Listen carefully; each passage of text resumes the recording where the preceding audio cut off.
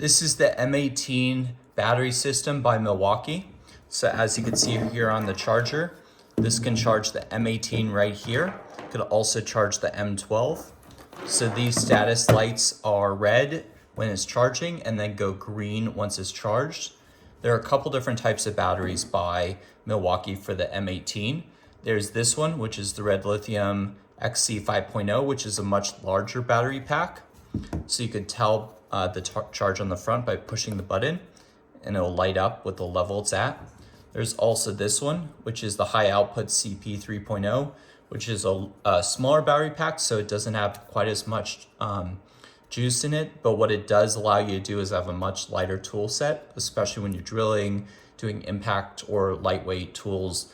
This is a nice setup as well. So same thing on the front, just push the battery, you can see the charge level, and they're compatible across the whole M18 tool line, which is super nice. So this is why this is one of our favorite setups, just because we could have a variety of chargers, battery packs, different sizes, and have all the tools work on the same system.